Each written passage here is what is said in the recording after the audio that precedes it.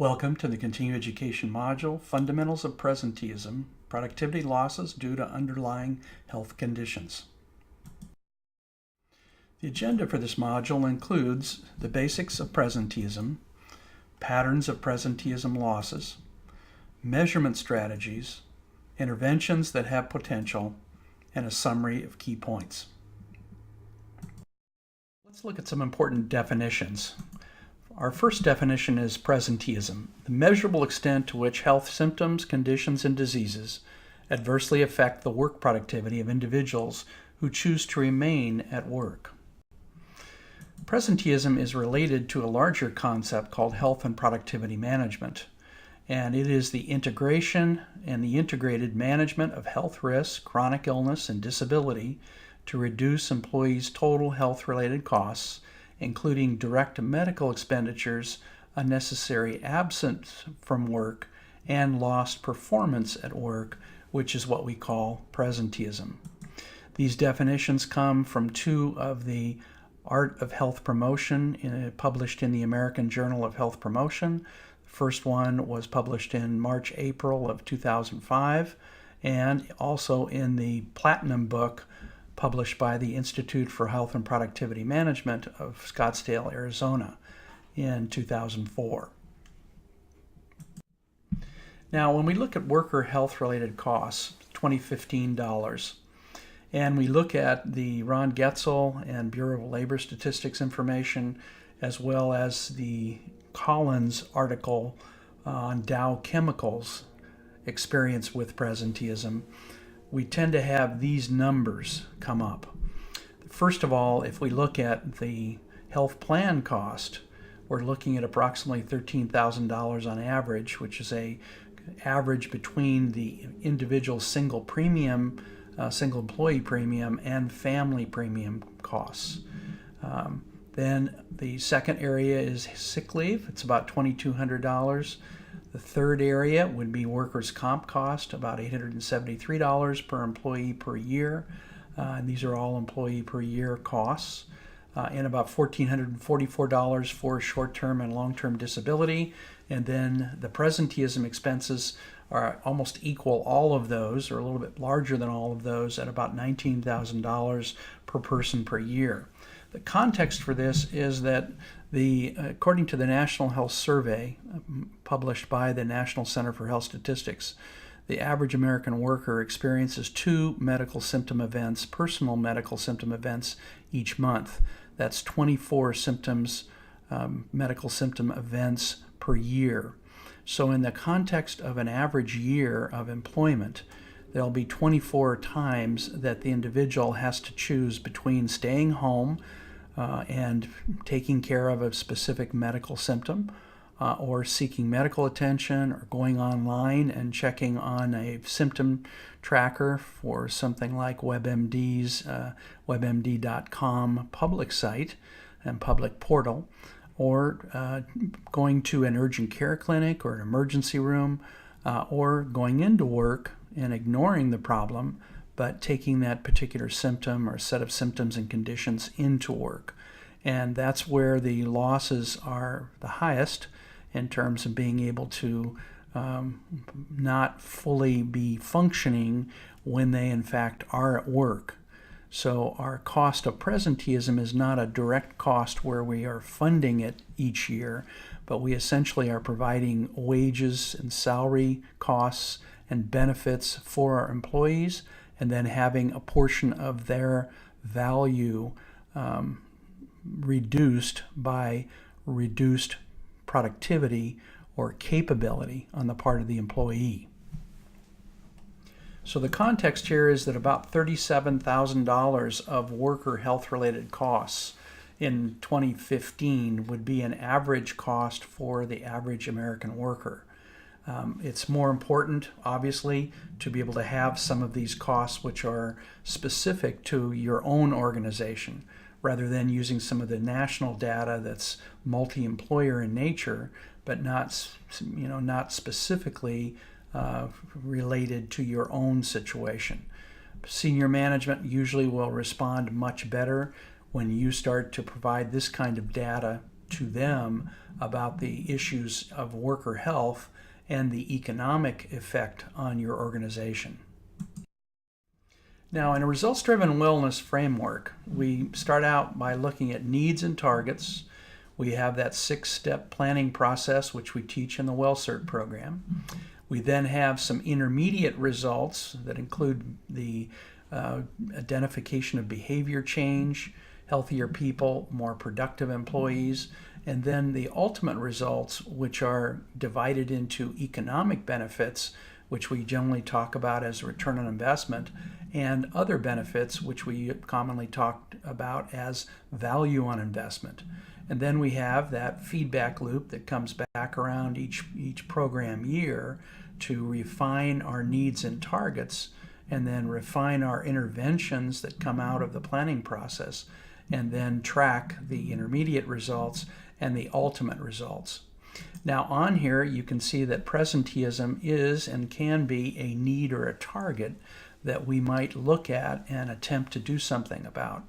So if we are targeting that and we recognize that it is a need, it's a need for all employees because of the amount of personal medical symptoms and symptom experience and conditions that they have. In addition, we can also measure the effects on presenteeism if we are looking at it and measuring it in a particular way. So that is what we're also going to spend some time on in this module, is looking at the measurement strategies for presenteeism. Now, the practical side of presenteeism comes with our expression of these kinds of statements. And if you hear yourself or other co-workers saying these things, then this is really our practical evidence that presenteeism is operating and is in fact an issue for your workforce. If you hear people saying, boy, am I tired, or I'm so stressed out, or my allergies are driving me crazy, or I'm so sore I can hardly move, my head is killing me, one more meeting and I'm going to lose it, I'm having migraines again, I'm really beat, I might say I have an upper respiratory infection, or I have the flu and I'm feeling bad. These are all things that if they're said by people that are at work, this is likely to be representative of situations where presenteeism losses will be occurring. Now, some common causes of presenteeism. If you look at the list here, we've organized the different reported in the literature reasons for presenteeism. So these include symptoms, conditions, and diseases. And as you can see, some of them are in blue, others are in black, and some of them have a number after them. And all these conditions have been reported as causes of presenteeism in the presenteeism-related literature. Now, the blue items are the top 10 reasons for presenteeism, and we're going to look at some of the data that generated this numbering and rank ordering. But the idea that if you are, for instance, have hypertension, that tends to be the number one cause of presenteeism.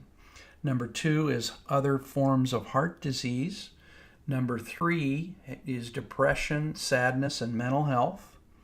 Number 4 is the issue of arthritis and arthritic conditions. Number 5 are allergies. Number 6 are diabetes, either type 1 or type 2. 7 is migraines and headaches. 8 is any cancer that the individual is experiencing. And 9 would be respiratory infections, bronchitis and other forms of respiratory infections. And 10 would be asthma. So these are the top 10 in the rank order of their occurrence in the studies that have been done on the epidemiology of these conditions. And again, these are symptoms, conditions, and diseases. And they are organized by alphabetical order, and these are the ones that we see reported in the literature when people have studied presenteeism in working populations.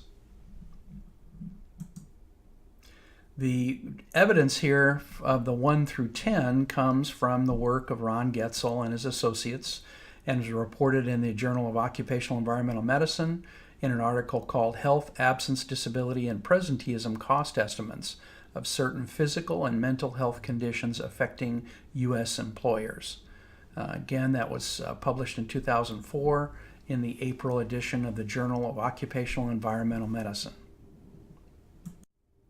Now, those same conditions reported in the same article in the Journal of Occupational Environmental Medicine give us the cost of the top 10 causes for presenteeism. So what you see here are the listing that we just went through in the blue items on the previous slide, and this shows you the total cost using average presenteeism estimate per employee per year. So this gives you a sense of the weighing of the cost of each of those top 10. And then this last column is the percent of total expenditures due to presenteeism. So in different conditions, diseases, symptoms, we have a different percentage of presenteeism costs as the total cost for that particular condition and or disease or symptom. So we're going to be looking next at a study that's been done that looks at the presenteeism plus other major health costs to give us a sense of how the presenteeism costs stack up. Now, in this particular article by Ron Lepke, called Health and Productivity as a Business Strategy, published in the Journal of Occupational Environmental Medicine in July of 2007, we're looking at the total annual medical, pharma, and productivity costs per 1,000 employees. So our orange is medical-related cost, and that's right out of the health plan. The drug costs are in the red, so that's the prescription drug-related expenses. The absence cost is our sick leave, and the green is presenteeism. These, again, are some of those major conditions. They're not organized by the issue of how they are put together, but it at least gives you some idea of the relationship between these three other costs and presenteeism for some of these major issues that we saw examined in the previous two slides. And what you see down here at the bottom is in hundreds of thousands of dollars. This is the per 1,000 employee costs for these various kinds of conditions found in a number of studies and summarized by Lepke. The options for measurement of presenteeism in worksite wellness programs are several. First of all, you can include a question or question sets as part of an annual health risk assessment.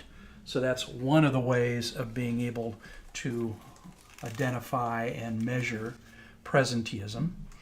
Another method is to have it be part of what might be called a DRIP well-being assessment, something that perhaps goes to the individual's smartphone but allows them to indicate a response to a global presenteeism question that we'll provide an example of in a moment. Another way of doing the measurement around presenteeism is to provide some specialized periodic or ad hoc single purpose types of surveys. It is obviously a better thing for us to be able to measure presenteeism on a time series basis, where we have some sort of periodicity and we have some validity in the way in which we're looking at presenteeism. But you can, in fact, do it in either a specialized periodic or ad hoc survey. You can also provide an opportunity to measure presenteeism as part of a regular annual program evaluation survey. So if there is an evaluation survey that is being done, it can include one of those global presenteeism related questions, and that can in fact be tracked over time. And then part of benefit selection and choice process. So we may in fact build the presenteeism question into the open enrollment process when people are going through benefit selection and choice options. So these are what I would consider to be some of the major measurement opportunities. We want to do it at the same time each year, or the same time each month, or the same time each quarter. the ability to use some periodicity over time, and to use the same methodology in terms of measurement. Now, some presenteeism instruments, measurement instruments that have been validated in the literature, come from this Laughlin and Peasy and Frick article in the journal Pharmacoeconomics. And some of them, we're going to look at another set in a moment on the next slide, but these are the names of some of the survey instruments, so you can browse these and then find reference to them. Some are in the public domain, some are in a proprietary mode. The question sets, you can see, have a number of different question sets. My dilemma with these types of instruments is that when you are doing some sort of non-anonymous surveying and you're asking more and more questions, I think that you run into some limitations that are self-imposed from the process itself. So I'm not a firm believer that we should do, for instance, 88 question surveys on a non-anonymous way in asking people about their productivity. I think the comments column tells you a little bit more about what kinds of things are captured in these 7 instruments. If you notice in the number column, there's an asterisk, and that asterisk denotes that particular instrument has the ability to be used as an econometric tool, which means we can cost the presenteeism as a result of the way in which the questions have been structured. So those are provisions which make some of these survey instruments that have been validated in the literature more useful than others. Here again are some more of those instruments. There are 14 in all that were presented in this article in the Pharmacoeconomics Journal. And it again gives you an idea of the size of the question sets and some of the information about them, and some comments on the kinds of things that it attempts to capture. So again, you also have the asterisks occurring on instruments that have the ability to be used as an econometric tool. Now, the approach that I generally recommend, and we recommend at the Chapman Institute, is to use the same type of question, a global presenteeism question. This one was developed for the WebMD Health Quotient, and it essentially says something like this. It's a numbered question that is inserted into either a health risk assessment or a well-being assessment. It can be a drip approach where you're just asking a few questions at a time, and you're then communicating with the individual every couple weeks or every month. And the question, the way it's formed, is as follows. During the last month, what percentage of your work performance was affected by an underlying health condition, including allergies, headaches, back pain, depression, arthritis, or any other health condition? And this can also be asked as a reference with all of those reasons for potential presenteeism identified in a block after the general question is asked, so that people know exactly what kinds of health conditions may be associated with presenteeism. And then the question also provides an opportunity for people to respond with either a 1 decimal place or 2 decimal place type of answer, and then you're taking the percent of their time of work performance and actually averaging that across the population that's responding. This question would be used ideally at the same time each year. It would reflect in the same way, and it would be positioned in the same way, and whatever kinds of instruments would be potentially used. What you see in the graphic on the left, the picture, is actually a picture of the WebMD Health Quotient, and it gives you an idea of where this question actually does get inserted. It gets inserted into a later screen of this particular instrument. And right now, WebMD collects about 3.2 million of these responses each year, and they use that in a business analytic approach to provide feedback on the level of presenteeism losses being incurred by the participating and responding audience or population. So this particular, what I would call a general presenteeism question, I think is not going to have the accuracy of many of the instruments that you saw in the previous graphics from the pharmacoeconomics journal, but the idea is that it's usable in a non-anonymous, the person's identity is known to the, to the respondent's identity is known to the survey entity or survey sponsor, and it in fact is something that can be inserted with a number of other questions so that it doesn't begin to take on some of the potential adverse implications of answering many questions about the limitations the individual has in terms of their productivity, which I believe triggers some threatening response on the part of employees. So this is the type of approach that I think is better to use. It isn't as accurate or as valid as the others, but if you are monitoring the trends around presenteeism, you essentially want to know, are we staying the same? Are we getting better? Are we getting worse? And you want to have some idea of what those trends are. So I believe this type of question is fine for the purposes that we would put it to. Now, the possible presenteeism program interventions are many. Let's look at a group of about a dozen or so. First of all, you can place presenteeism questions into a health risk assessment or a well-being assessment. You can, based on the symptoms and the chronic conditions identified in the HRA, if they're more extensive, you can provide more of an individualized online self-care guide. So that actually would be generated by the HRA vendor and would be a set of recommendations for the individual that are based on their symptomatology and or chronic conditions. The third possible presenteeism intervention would be to use the presenteeism-related data from the HRA to plan interventions for major subgroups. And that's where we're using essentially a risk stratification kind of approach. And we are working on having interventions for some of the major subgroups of reported reasons for presenteeism. The fourth intervention option would be to include presenteeism issues in health communications activity.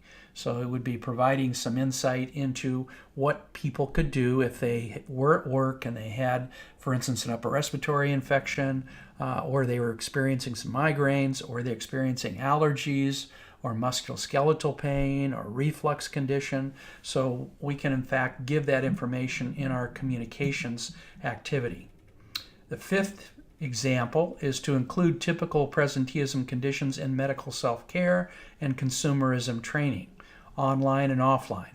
So our ability to provide actually anecdotes or various kinds of vignettes around specific medical problems or symptoms, and using that in the way in which we convey and help people build their medical self-care skills would be a way of being able to address presenteeism. So it's essentially picking those things that are most typical for the gender and demographics of our work population. The sixth possible intervention in presenteeism is for the most costly conditions, and we would get that from the Getzel articles that have to do with the conditions and their economic cost. Provide some targeted intervention strategies linked to symptom relief coordinated with an occupational health unit. So if we did have an occupational health unit that was serving a particular population, then we can oftentimes help those health units and occupational health nurses to, in fact, address some of those major presenteeism problems. And then we would then get and communicate with people, with employees, around their circumstances of how they would treat some of those basic conditions. Some additional kinds of interventions include using incentives for improvement in presenteeism losses. So if we wanted to measure our presenteeism, benchmark it, and then provide feedback that had an incentive dimension for the workforce that was improving their presenteeism losses. Perhaps it would be, for instance, related to use of a medical self-care website that was focused on common conditions for presenteeism and their alleviation of some of the productivity losses associated with those. So that would be another intervention option. Another intervention option could be provide some online self-help and self-care options for the individuals who have selected conditions at work. So that would be the access, for instance, through either a e-health portal or directly as an icon, a click icon that could be used connected to the internet or intranet site of the employer. Another possibility would be to provide seasonally targeted health risk messaging for conditions that are identified in the HRA. So we, in fact, can get information from symptomatology and conditions and then use some seasonal related messages. The upper respiratory infections that are common after holidays at the end of the year. Potentially the issues around sore muscles that are experienced through gardening and other kinds of activities in the spring.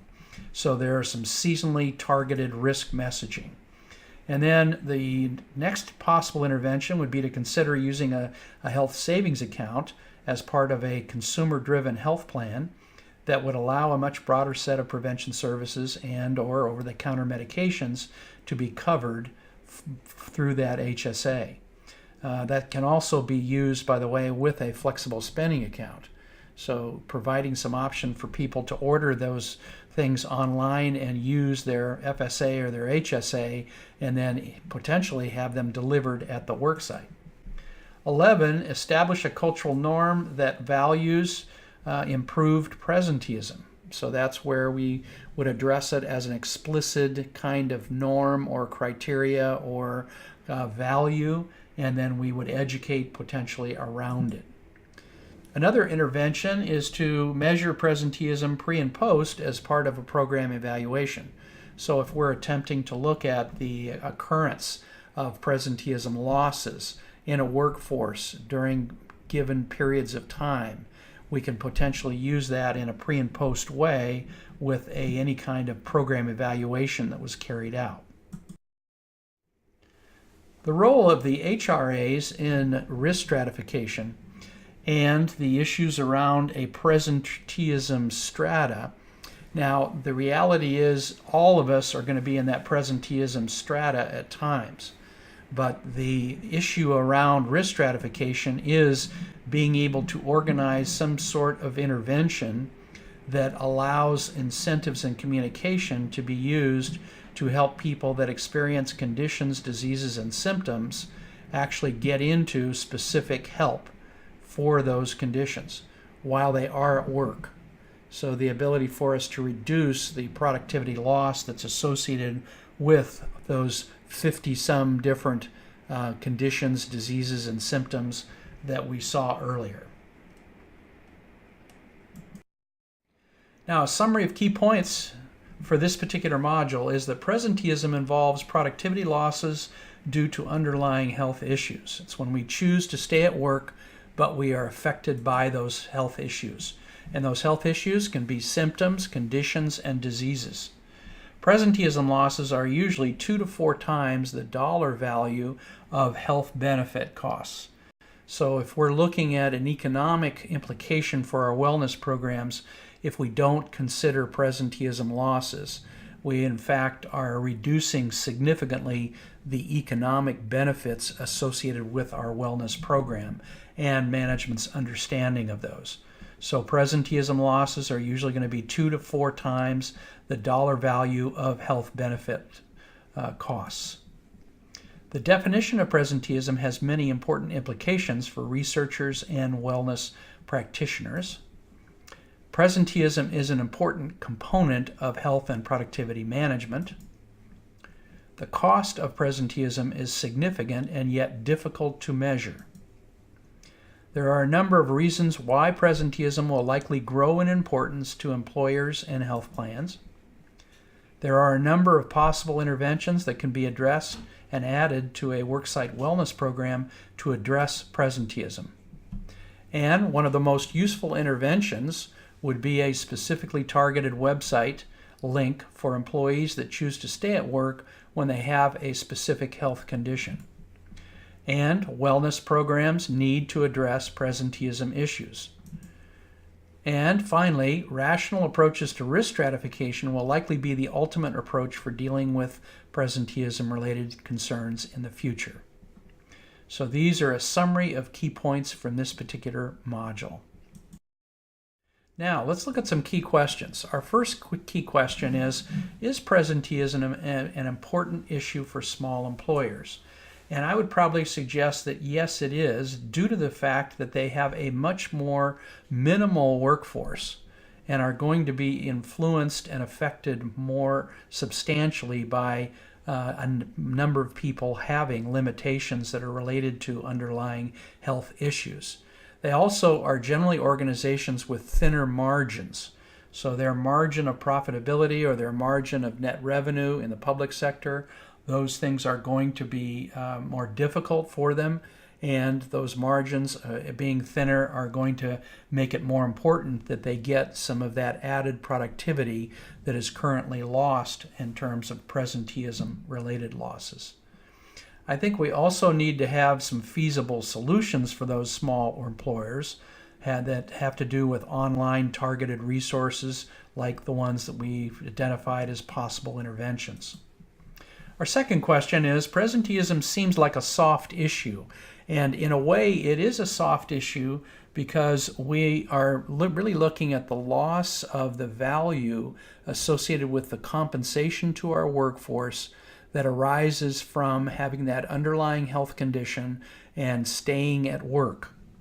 And the soft issue here is that we don't write a check for presenteeism losses. We've already written the check. We've already given people the money. It's just that we are not getting the full value of their productivity. And I think the other part of this question is, will it last?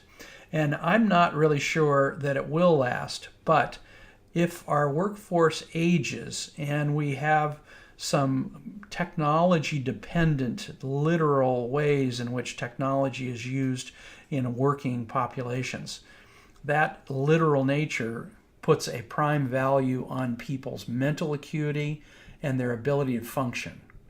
And if that continues to go up, I believe that it makes it even more important for us to be dealing with this.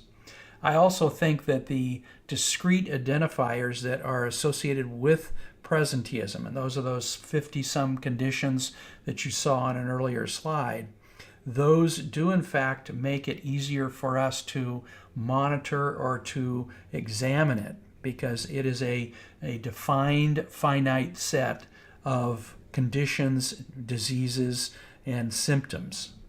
In addition, the issue around will it last is also how well can we integrate the measurement of presenteeism into our worksite settings and have acceptable levels of validity and reliability. Third question is, how would you recommend measuring presenteeism? And the general recommendation around measurement is that if you have a very high academic, scientific measurement value in your organization, you may want to use one of the instruments that's been validated in the literature and has multiple question sets attached to it. But if you in fact don't have that high a bar around the validity of your presenteeism estimates and presenteeism determination, then what I would probably suggest is use a DRIP well-being assessment, smartphone based, and then have a global question on presenteeism that you periodically ask people about, but make sure the periodicity is equivalent in each period of time that you look at, and ask people to give you that estimate like the WebMD presenteeism question. And then you're tracking that through the automated means of your DRIP well-being assessment using that smartphone technology. That to me would be the best way of measuring presenteeism, and then doing it in a way that you can begin to address it through various means and measure the results of your effort. Now that you've completed this module, go ahead and take the quiz.